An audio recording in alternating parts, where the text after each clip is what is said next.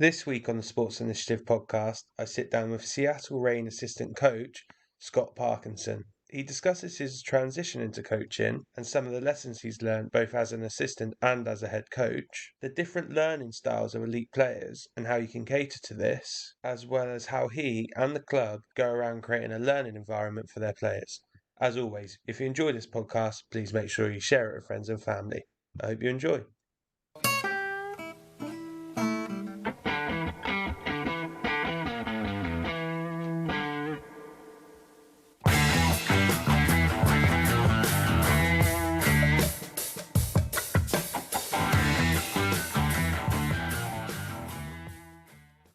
Right, Scott, thank you so much for giving up a bit of your time. I know we caught up a little bit off air there. And the irony is in the UK, we're having a couple of sunny days, and in San Francisco, it's a couple of rainy days from where you've been, which is seems like a massive switch. But apart from the rain, how are things in your world? Are you all good?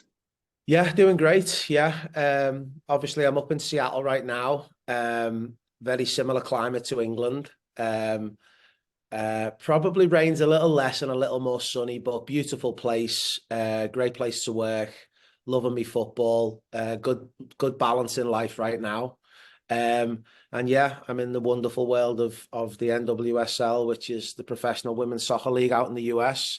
And yeah, I get to travel the world and travel the country every week and compete against some of the best coaches and players and around and yeah, get to see and meet loads of amazing people. So yeah, super fortunate right now that life is good.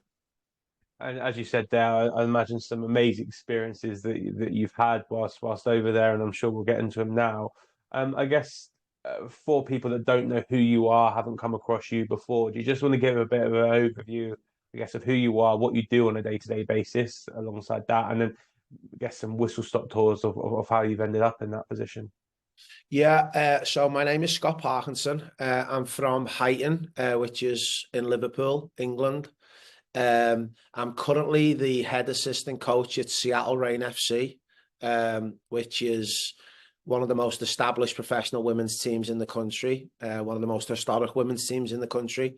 Some of the best players that have ever played the game at this club, probably the most notable being Megan Rapinoe. She retired with us last year. Goalkeepers like Hope Solo, and currently Sophia Huerta, Alana Cook, Jordan Heitemer, just to name a few. So really good team. So quick whistle stop tour. Born and raised in Liverpool, played for Everton as a kid, not for a ton of time, just a little bit. Played for Bury, had some trials at Wolverhampton and things like that, and just wasn't quite good enough for the next level. So I got myself into engineering. There's a big Ford manufacturing plant in Liverpool. Became an apprentice engineer when it turned to Jaguar cars and Land Rover. Played semi-pro during my time, and was a little bit lost. Probably loved the social aspect more than the career at the time. Found myself just a little bit lost, needing something that I felt like I was waking up for every day that gave me like purpose and meaning. I was on the struggle bus a little bit, if I'm honest.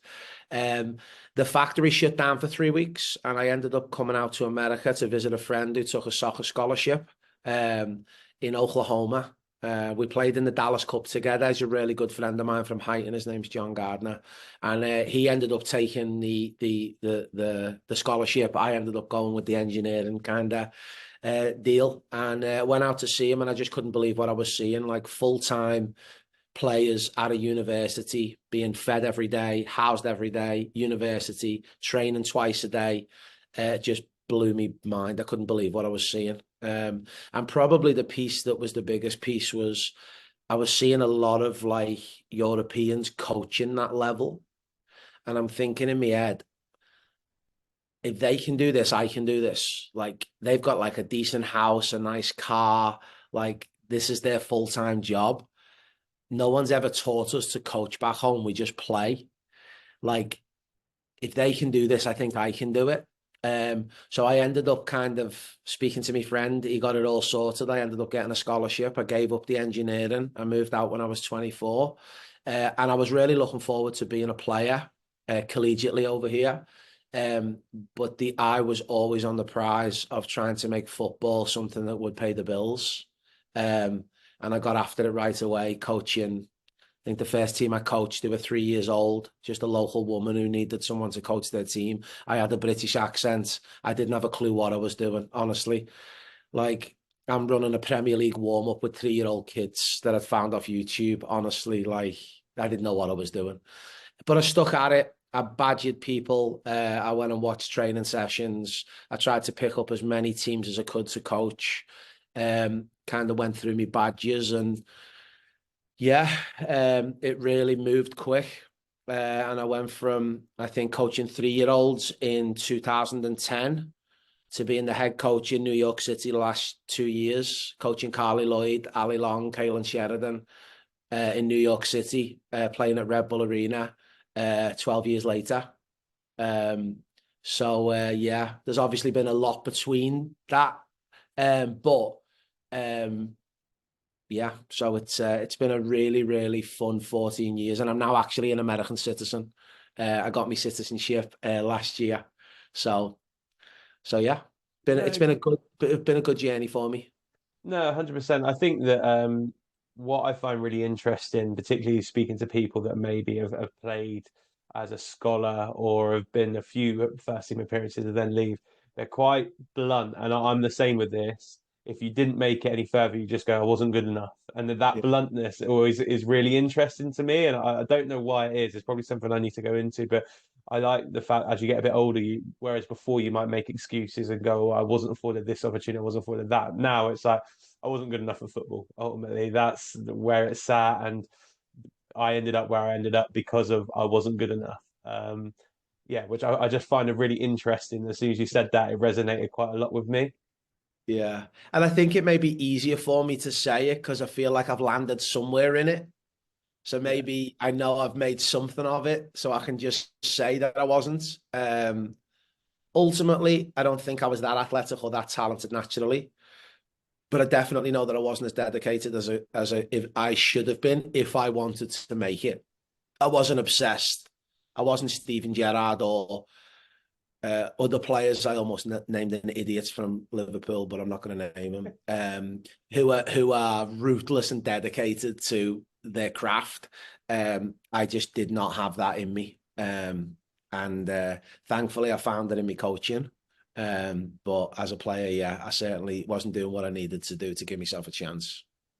and so I guess what's interesting for me is you mentioned kind of going out to the States and not really having a coaching background, if you like, and it purely being a playing perspective. What were some of the lessons you picked up quite early on during your journey? Because I'd imagine, standing in front of a bunch of kids, or then when it turns to adults, you're learning quite a lot on the spot. And whilst you might go, well, I understand football and I can replicate sessions that I've been a part of, it's very Yeah. different to managing a group or going Yeah. having here's my key objective. So what did that look like in those formative years?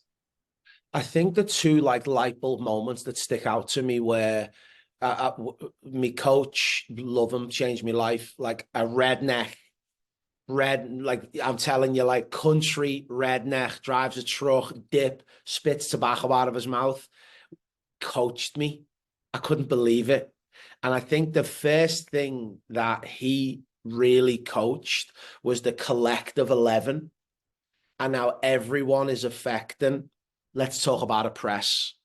Like the compactness of the back line if the nine's got pressure on the ball. Um, the weak side winger if our ball side winger's pressing a fullback. Like I've played at Everton, I've played semi-professionally, I've played non-league, and it was the first time either I was open to seeing what someone was coaching, or the first time someone actually coached it. But it blew me mind how he always spoke to the 11 and the goalkeeper. It was like ground shattering because I actually felt what he did was he aroused oh my God, there is so much to this game I haven't got a clue about because I've just always looked at the ball and thought about the ball and what's happening around the ball. So that early in Oklahoma, and I've played for Everton, Tranmere, Bury, Wolves, semi-professionally, Runcorn, and this is the first time someone honestly made me feel like we were a team, like an organism, and everyone's position affected everyone. And then probably the next one, I think I was on a B license in the US. We went away for 10 days in Arizona in a hotel. And my current boss right now, she's my best friend, Laura Harvey. Um, she's not really my boss, but she's my boss. Um, we first met on this B license, and she had a UEFA A at the time, but she needed an American license, I think, to coach in the league. And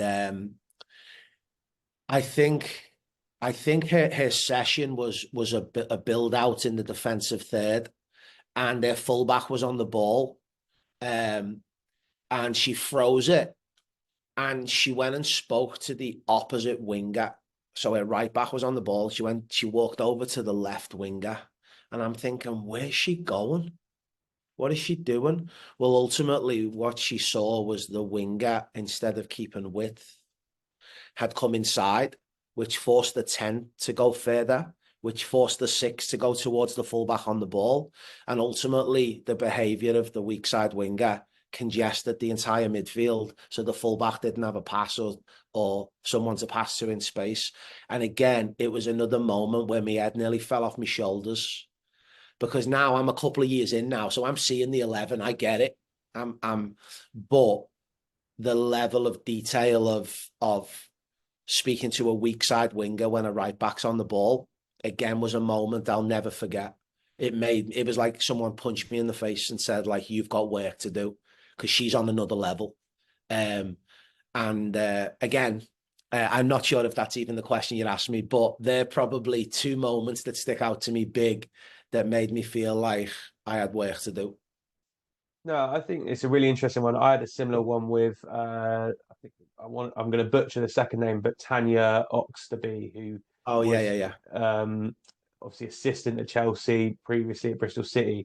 She was on my A license, and she was working for Bristol City at the time. She had her A license from Australia, but needed the one in England in order to fit the requisite of the role.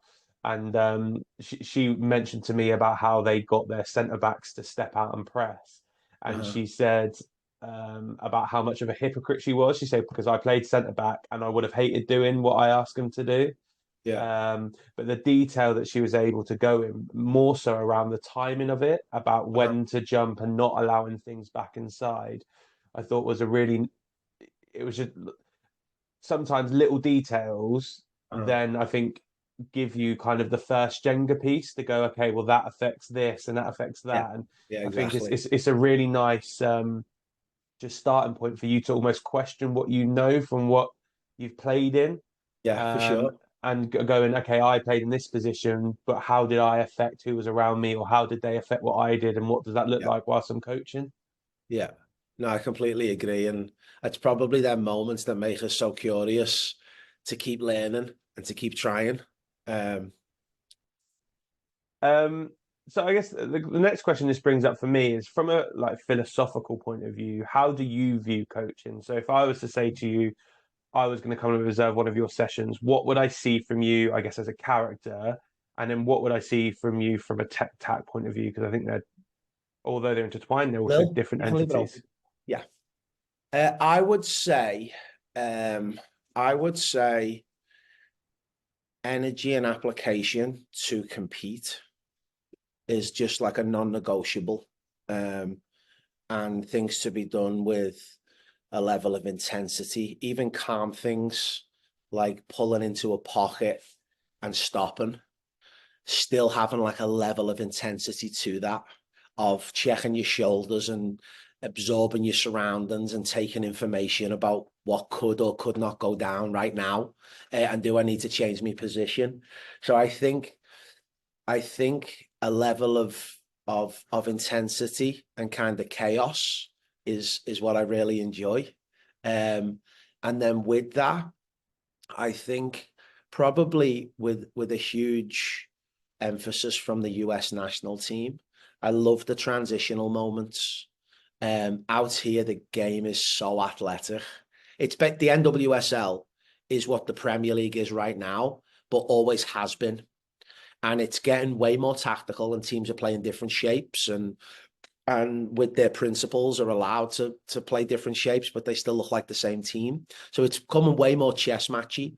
But the American player is such a winner and such an athlete that the moments of transition out here are just the game-changing moments. So I think having an obsession of a shape around the ball, behind it, in front of it, and to the sides of it, to give us the best opportunity to not be hurt in that moment.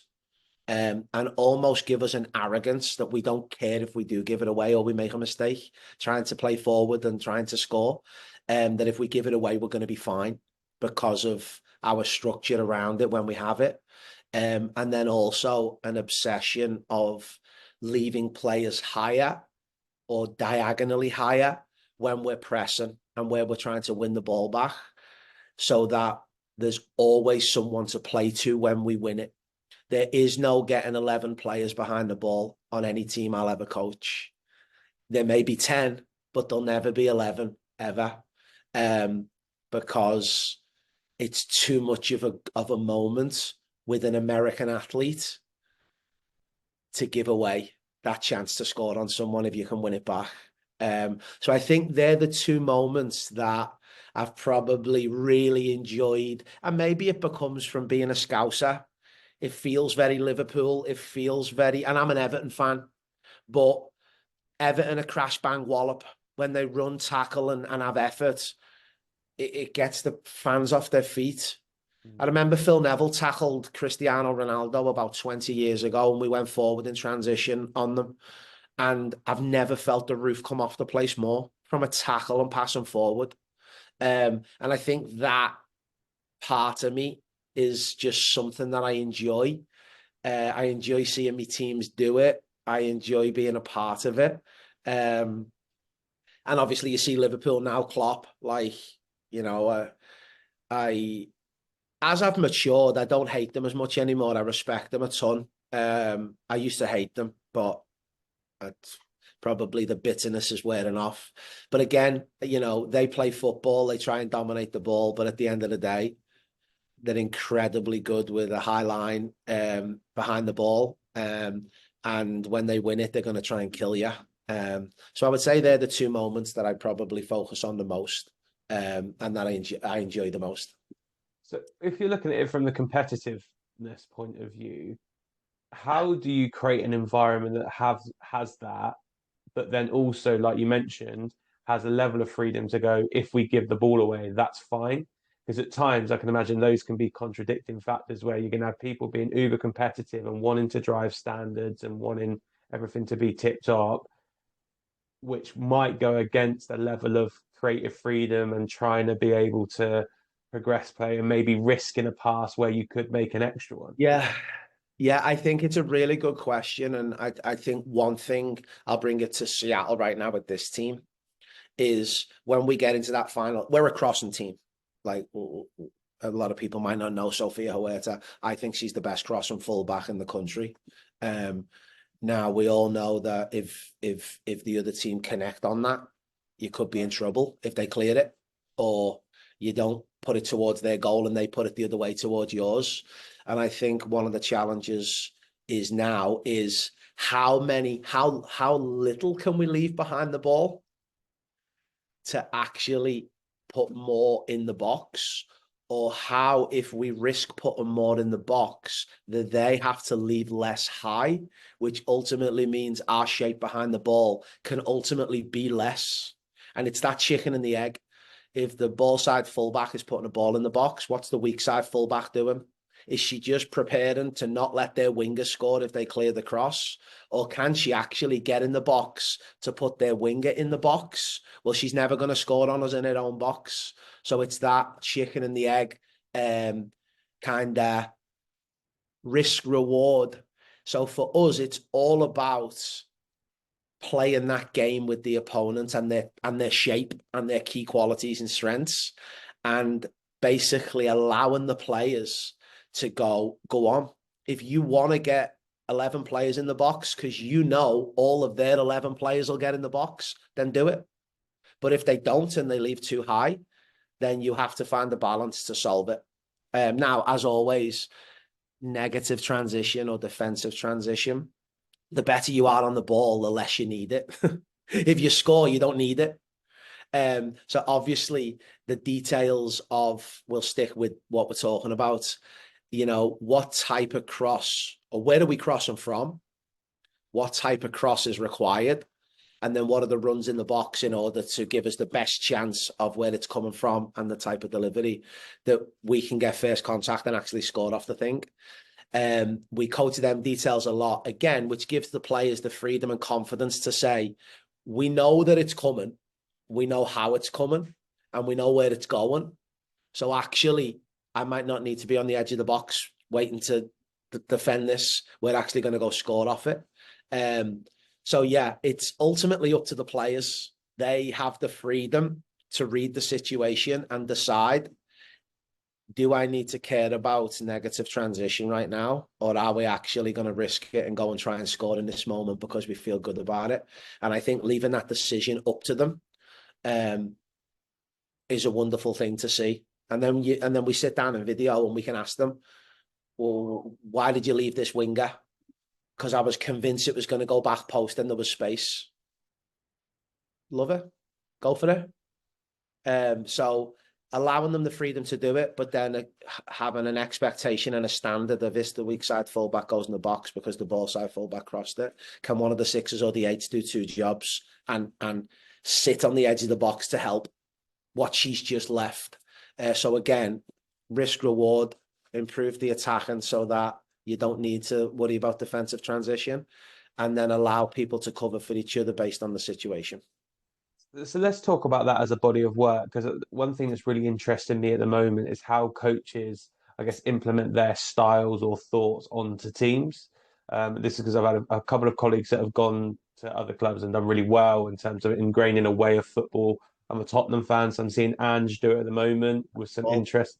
Yeah, Ange Ball, which didn't go too well today, but has some other aspects to it. So if we're looking about, I guess, the understanding of where the fullback's crossing from and how that affects the tertiary players around it. Obviously, your strikers and stuff are going to be trying to score, but what that looks like for your sixes and your eights and potentially other fullback.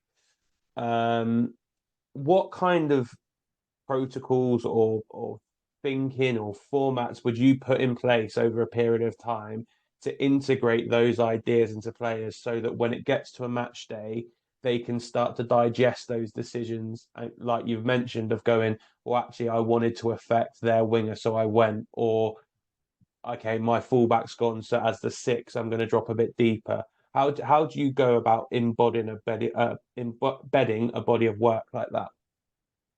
I think every day there can be almost no off days in regards to your principles or your how you want your team to look. And a lot on the pro course here, and me and Laura have both done it, is the first thing that they ask you is to give your game idea in the 4 moments. And the way that you do this is they ask you, if you were a season ticket holder at your football club and we were to ask them, and they would, and you have to pretend they're a football person, and we were to say, as a season ticket holder at this club, explain to me what you see from this team in the 4 moments. And you have to write almost a 2 or 3 sentence mission statement on what you expect your team to look like in the 4 moments. And initially, when we first started doing it, we were like, everyone's going to write the same thing. Come on. Like, it's modern day football. Everyone's going to want to be fast. Everyone's going to blah, blah, blah. But actually, it was amazing how everyone's was so different. And based on your 4 moments and your game idea on how you want your team to be in their moments, detailed and critically in their moments, you then build your principles of play from your game idea. So you're not just borrowing principles off people that actually don't align to the actual idea and the team that you want to be. So what we do here is we have a game idea.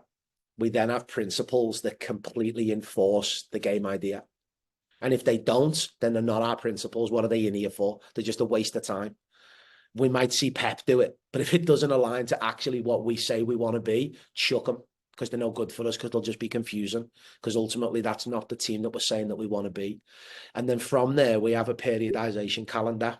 And I've been into it a lot, especially in 2 years ago. I had a really good first year in New York, best year they've ever had in club history up to that time. And the second year was a real struggle for me. And on reflection, looking back, it was the team looked like they were overthinking everything. I wasn't seeing behaviors that were just second nature. Well, if they're not second nature, then they've not been embedded. And if they've not been embedded, then I haven't done a good enough job coaching them. So what it's basically forced me to do is come up with kind of a periodization template, which holds me accountable on what principles have been taught, spoke about, video, actual training session, individual meetings, unit meetings. And am I over coaching some and neglecting others? Or am I, in fact, not hardly coaching any? So this would be one example. We have a principle on defending throw-ins about throws to feet near the box. They've been happening. Well, guess what? We've not coached it. Well, I'm not surprised it's not happening. So having an accountability platform that tells us and keeps us in check on our principles back to our game idea. Okay, if this is the team you want to be and these are the principles that are going to get you there, then you better be coaching them, and you better be coaching them in a manner that gives the players enough understanding so that they ultimately execute on the behaviors. So to go back to your question, we have an accountability document, a principles of play document, and we're not people who are going to just periodize now that we're in season, because ultimately we could know that defending the width of the goal is a key principle of defending crosses at our club. And we may think working on that in week 12 against Houston is going to be key, because we know that's what Houston do. But then you get to Houston and their 2 nines are injured and they play 2 false nines. Well, it ain't worth doing it. So we do have that little bit of kind of, I wouldn't say reactiveness to us, but we do plan out our weeks in probably week or 2 blocks, constantly looking at this document and making sure that this document is guiding us, that we're not neglecting stuff, and that we're coaching all of our principles to have the desired behaviors. So we're not a club or coaches that will periodize in a 12-week block for the reason that I've just told you. It might not make sense. And then if it doesn't make sense, you don't coach defending the width of the goal before the Houston game. Well, then when are you going to coach it? Because you were meant to coach it then and it never came up. So yeah, the way we do it is we have a document that goes back to our principles, that goes back to our game idea, and we just try and use that to hold us accountable. And then the last piece is the data and watching the team. If the data and the video says that we're struggling somewhere or we've found a superpower, then we also let that guide us too. Yeah, that makes complete sense. The question I have off the back of that is, you mentioned, I guess, your role over the last 2 years in New York, etc., about the players getting to a stage where they were being over analytical potentially. How important is the game model pieces of having a level of broadness to them, so that you're not nailing down to like every single aspect of a game where they are overthinking? So say, I'm trying to put this example. Say, for example, you've got a winger and you say to them, well, if they're on the byline, I want you to show them on this side. But if they get to the 18-yard box, what I'm actually going to ask the winger to come back and support you, and you're going to take the runner. But if it comes in their own half, you can jump press. Now, all of a sudden, your fullback's going, well, where are they on the pitch? What foot they are? And it gets to a stage where actually they're not just playing the person that's in front of them or the scenarios in front of them. They're trying to think about all these tertiary factors. So how important is it to have that game model that has some specificity to it, but also leaves a level of broadness so they're not being over analytical and not like being paralyzed by trying to think, what exactly am I meant to be doing at this moment in time? Yeah, I think it's a really good question. And I ultimately think, on reflection, it was probably the biggest downfall of mine in New York, was that overcoaching everything. I had this picture in my head that when I was going to be a head coach, we would waste no time with anything. Every minute that the player would be around, they would be learning, they would be getting it. And it's just too much. It's just way too much. And I think number one is understanding your players. Some players need that level of specificity and leave that detail, or they look at you and go, "You're leaving me at sea here. I need more from you."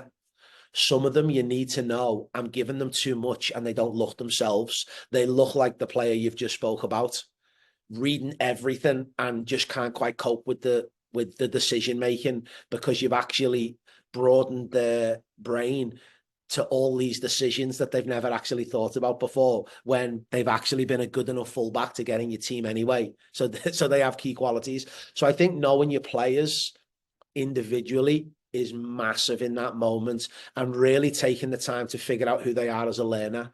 And I'll be honest, it's tricky, because I've had players tell me they want more detail, and I've seen it cripple them. I've had players tell me to leave me alone, and all they constantly do is drift out the width of the goal when you want them to stay in it, and you've got to pull them back in. So I do think that, again, on reflection, the individual management of each player to understand, yes, I listen to what they say, but ultimately I need to use my experience to figure out if they do know exactly what they need, what I'm giving them, and how is it affecting their performance, and then either rinse and repeat, or adapt, change, and tweak things to see if you can improve them a little bit, because they're all so different. I've had 2 World Cup winners going into a World Cup at the exact same time. One of them will not look at a video clip ever. I think best centre back in world history, Becky Sauerbrunn. She will never look at a clip unless you give it to her. Mate, she's the best. But she gets the game, she sees the game, she understands the game, she's having all of these decisions, she's reflecting constantly. She's perfect. But if you've got something to show me, come show me and change me with it. But don't bring me a ton. Just bring me, if it's important enough for you to bring it, then I'm going to watch it with you, no problem. And then I've got another player, and all they do is watch the game back for 4 hours. And the other one is a right back who plays next to her on the national team, Kelly O'Hara. She watches every minute of every game, broken down in every clip. And if she's not playing, she watches the other fullback.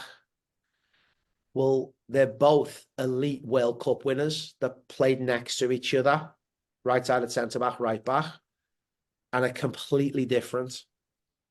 Even on the training pitch, Kelly would hate when you use, let's say you picked your starting 11, so you put your other, the players who don't make the 11 in the shape of the other team, and you're kind of like, I need you to whack it in behind. I know that's not our game, but that's what they're going to do.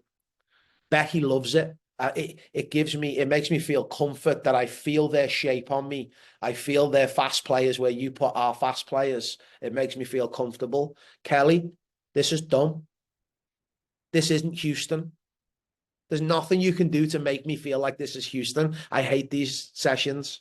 Again, 2 World Cup winners who play next to each other on the US national team. And for us, when I was in Utah, and the way they learn is completely different.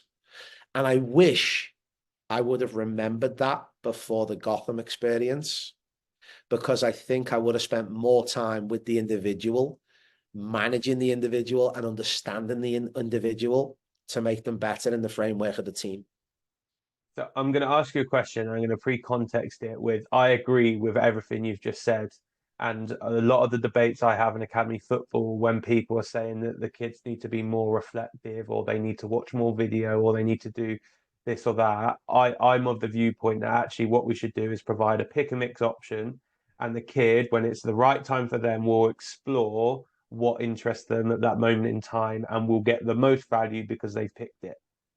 some people have come back at me, and I guess it relates mainly to centre half that you spoke about there, is that she could be even better if she watched clips.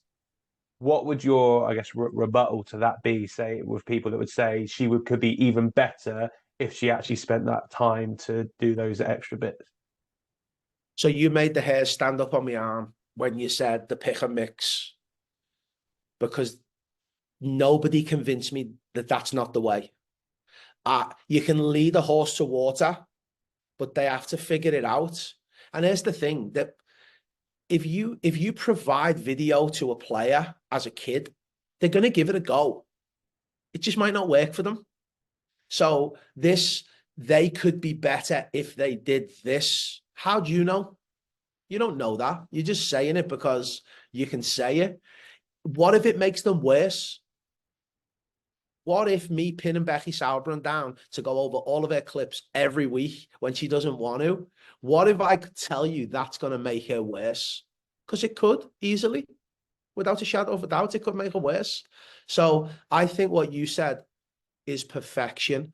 Offer an environment and ask the players to be curious, and show curiosity as a leader too. Show them that you're open to experimenting and doing different things. And the way you can do that, let the players pick a training session. Let the forwards design a crossing and finishing. Show them curiosity, that you're open to that too in different ways, and have an environment where people can be open and speak their truth and be honest and open. And then offer that pick and mix and let them give it a whirl.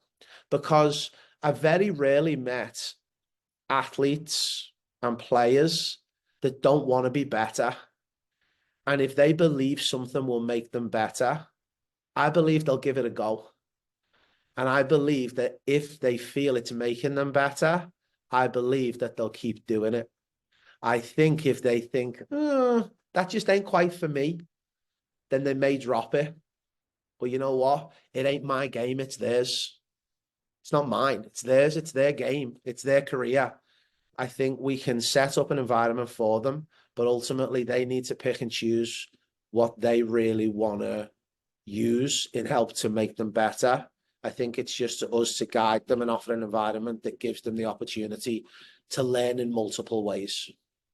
I really like what you said around they will do stuff that they think makes them better. And I think the majority, what you have to remember, particularly at the the level you're working at, is these are elite performers. So they've got there because they have done things that they believe have made them better. And Mm-hmm. there's a massive discussion going on at the moment around repetitive practice and how it's not game representative. And one of the bits I'm always questioning is going, but some basketball players, for example, will go and put up a load of shots because they feel like that makes them better. Yeah. And I've had that argument dismissed, but actually, what I think you're saying there is a really nice point. Is they will do stuff that makes them believe that they're going to get better. So actually, if you really hold value in something, you ultimately have to try and prove a level of its worth for them to want to engage with it.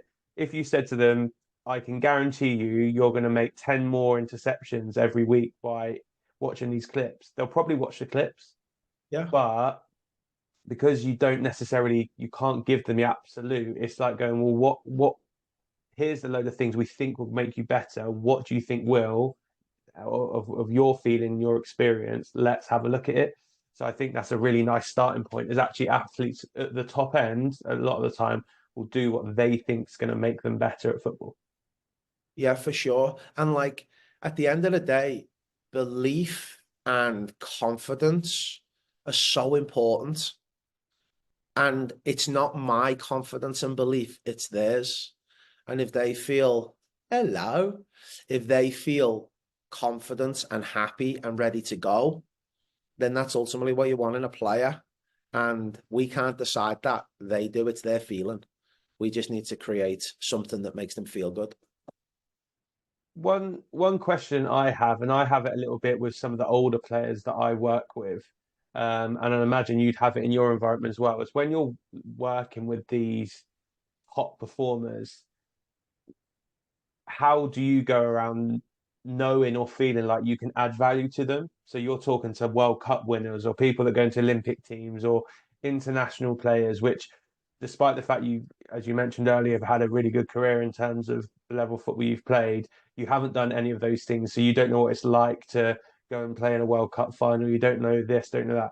How do you go around, I guess, one, preparing yourself to be able to put yourself out there a little bit and go, this is me as a coach and I can still add value? And then two, how do you show the players that you can support and add value to them as a player and as an individual? Yeah, it's a really good question. And I think when I first came into the league as a professional coach, you've kind of got that like imposter syndrome kind of piece. And honestly, for me, it was don't say stuff that you don't know. Don't try and blag it, but you've got to resonate a bit of confidence. And I'm here for a reason. And I know I have some key qualities, add them key qualities. But I think it's understanding, the game, doing your badges, getting out there and doing work. If you work for a head coach, what are the details that align with you that you want coaching? And just make sure that you've got whatever it is that you're going to attack, that you actually know what you're talking about, at least from this team's perspective, because every team is a little bit different. And then I think once you put the work in and you understand, the tactic or the principle or, whatever it is you're trying to help with, then ultimately, pardon my French, but you've got to have the bollocks to coach you. And you're going to get it wrong. And they're going to ask you questions. And you're going to look back on meetings and absolutely cringe. But we ask them to be brave and get out there and try things. And I think as coaches, we've got to do the same.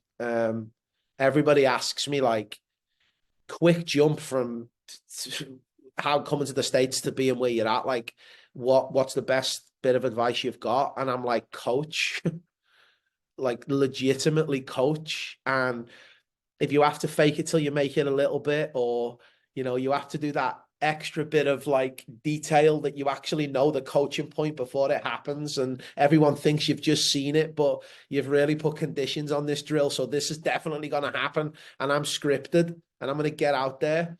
And then you get out there and they believe it. And then they start to execute it. And all of a sudden your chest puffs out and you're like, I can do this. So I think you've got to know what you're talking about. You've got to have a ton of confidence, and you've got to be, okay on it not going great. And I think if the players know you care about them and they know that you are hardworking and they know that you're there to give everything you can to help them get better and the team win.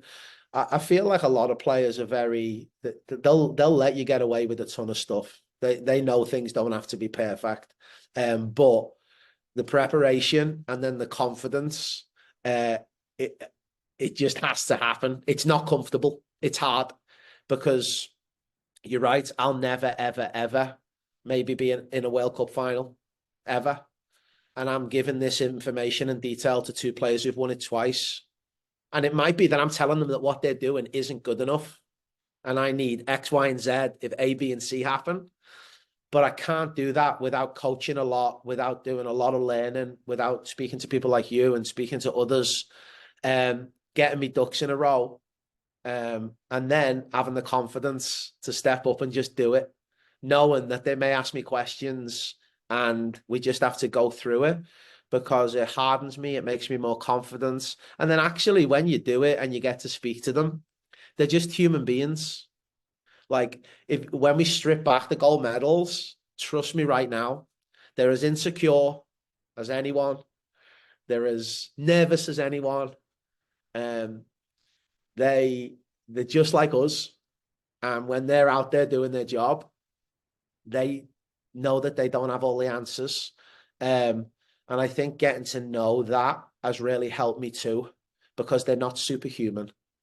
They're just normal human beings that are really good at something, which allows me to be kind to myself and say, well, that's all I'm trying to do too. I'm as dedicated as you. We're all in this together. It's not going to be perfect.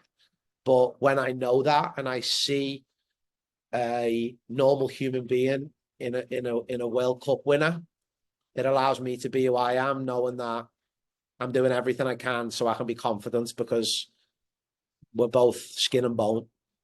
And do you think that you mentioned there around the person side, having some of those soft skills that allows you to get a little bit of credit in the bank, so that if they do question you on something and maybe you don't know the answer or it doesn't go quite as you'd intended, you've got almost a couple of poker chips to be able to play without them going, this guy's an absolute Looney Tune, like he doesn't know what he's on about. I have soft skilled my way to the top.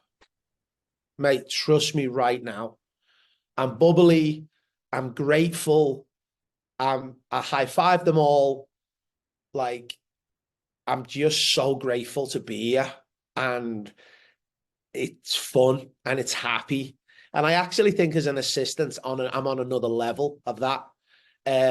Because when I come into a room, my job is to inject the room with positivity and good vibes, and just that's just me. Um, and I've been around a load of arseholes who think they know everything, who are the opposite. Well, mate, I can do a presentation, let's say a set piece presentation, and I can have a centre back on the board that isn't playing. Okay. This doesn't happen, not with me. But if it did, the centre back who's starting and the centre back who's not starting ain't going to say a word. Or they'll come to me and go, I think you need to change that slide after it's done. Oh, I've been with coaches where they'll go, are you joking? Are you joking? Are you really going to do that to me? A player wouldn't do that to me because of the soft skills, because of the human being nature of, we're all in this together. I've got your back. You've got my back. Like, you know, so yeah, I think it's a really good question. And I've probably never really said that out loud, but I think that is ultimately what's carried me to stay in the game, especially at this level. The NWSL is an unforgiving league, and we've had a lot of disgraceful white male, mostly British coaches that have been abusive. And I lose my job in New York City last year, and I'm sat there like, oof, how'd you get back in? Like, I didn't have enough body of work where someone's going to snap me up. Like, what do I do here? And mate, I had offers coming out of no left, right, and center. From being a And good person. that's the piece. Like, I think I've just, when I coach against someone, I'm not an asshole to them. I think that good person, and that goes through players. Players know about you because they've worked with you or worked against you, and it's such a small league, and everyone knows each other. So the character piece for me has been the piece that has got me around, and the longevity. And people don't talk about this enough. I think at my level, it doesn't get spoke about enough. How do you stay? How do you stay in professional sports? Like, that should be a target. How do you pay the bills? Should be a target, because ultimately that's really important. Because if it's over, it's over. And I know the FA, I've seen the FA did a report that something like 80% of first-time coaches never get another job, head coaches in professional sports. You're one and done. So I'm like, oh, crap, I'm done. Is this Yeah. me? Am I the 20%? And would Um, you act differently knowing that that was probably going to be the outcome? So if yeah, and you're I think, if you're a head coach, would you yeah, not have a pop at the opposing manager or assistant, or would you not talk to a player in that way if you thought, actually, I might need a reference from them yeah, 6 months yeah, down the yeah, line? exactly. Yeah, like survival is because once I was out, you're like, shit, am I going back to youth football here, which I don't have a problem with? Am I going into the university scene? Am I going to have to, what am I going to do here? And there's only 12 teams. Like, how's this going to work? Um, so that survival method and how you survive, um, I think doesn't get spoke about enough. But thankfully, I haven't just survived, I'm thriving. Obviously, we got to the final last year with Seattle. We lost in the playoff final, which was unfortunate. But love and life. I'm sure plenty of opportunities here and elsewhere down the road. But I'm telling you now, I'm not Pep Guardiola, and nor will I ever be. But I think I've carved enough of a lane for myself with them soft skills and who I am. And then hopefully my job is to stay that human being and stay grounded, but then improve as a teacher, improve as a communicator, improve with my knowledge of the game and how to teach it so that I can stay in it for longer and actually be better at what I do. 100%. Right, I'm conscious of time, so I've got two questions for you. Hopefully, they won't be too long. So the first one is, obviously, with the people that you're working around and the people you've coached against, in your opinion, what's the difference between a very, very good player and an elite world champion, championship champion type coach slash player? I think it's mentality. When I look at like all of the ones who are like the ones, they've got this like anomaly vibe about them. They've got something about them that is like superhuman. And some of it can just be an amazing player, but they've all got this like superpower. So, like a listener, goalkeeper for the US, like I've never seen anyone train like her. She trains 7 days a week. She's a lunatic in terms of preparation. She's just the most intense person I've ever met in my entire life. And I truly mean that. She's an anomaly. And then I see her go out there, and then she has all the other qualities that we have as a human or as a footballer, but her ability to train is unmatched. Kelly O'Hara, the right back I was talking about. If you're in a bar fight, there's no one in the world you want next to you more than her. I've never met a winner more in my life, ever in my entire life. Becky Sauerbrunn, not only is she the best player in the world, she's the best leader I've ever met. And I'm using like this is no lie. Like them three people is the best trainer I've ever seen, the best leader I've ever met, and the biggest winner I've ever met. They just have this one key quality. Some of them maybe two, but they have a key quality that is so beyond anything. That is like their quality and their lane. And then everything else, they're just about the same as everyone. Maybe a little bit better, but they just have this one thing, this one superpower that is just unmatched. And it's that one superpower, I think, that takes them above the rest. That's a really interesting question. I think for a lot of people listening, how you train those types of things or work or allow them to flourish again is something maybe something to consider. And then the last question, which is something I ask everyone, which is if I were to ask the coaches you work with or the players you coach to describe you in 3 words, how would you hope they would describe you? Wow. I would say all in,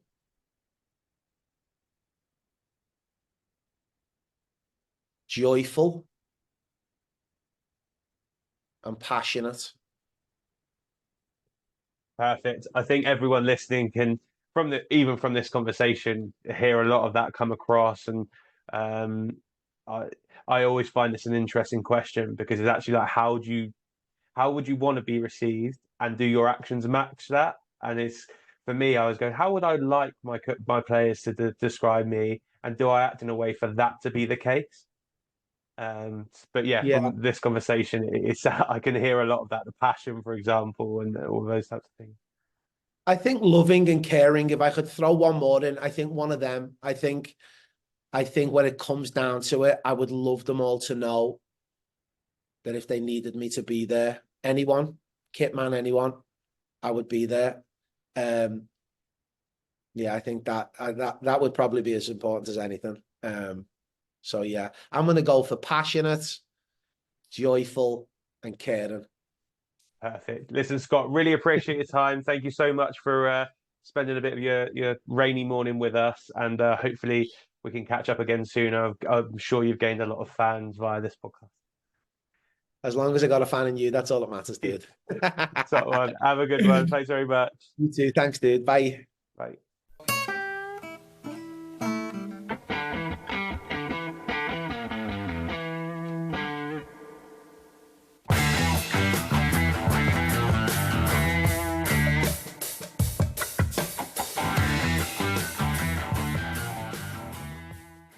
Thanks for listening to the Sports Initiative podcast with me, Michael Wright. Please remember to follow us on Twitter, Facebook and Instagram at the Sports Initiative Podcast and share this podcast with friends and family. I'll see you next week.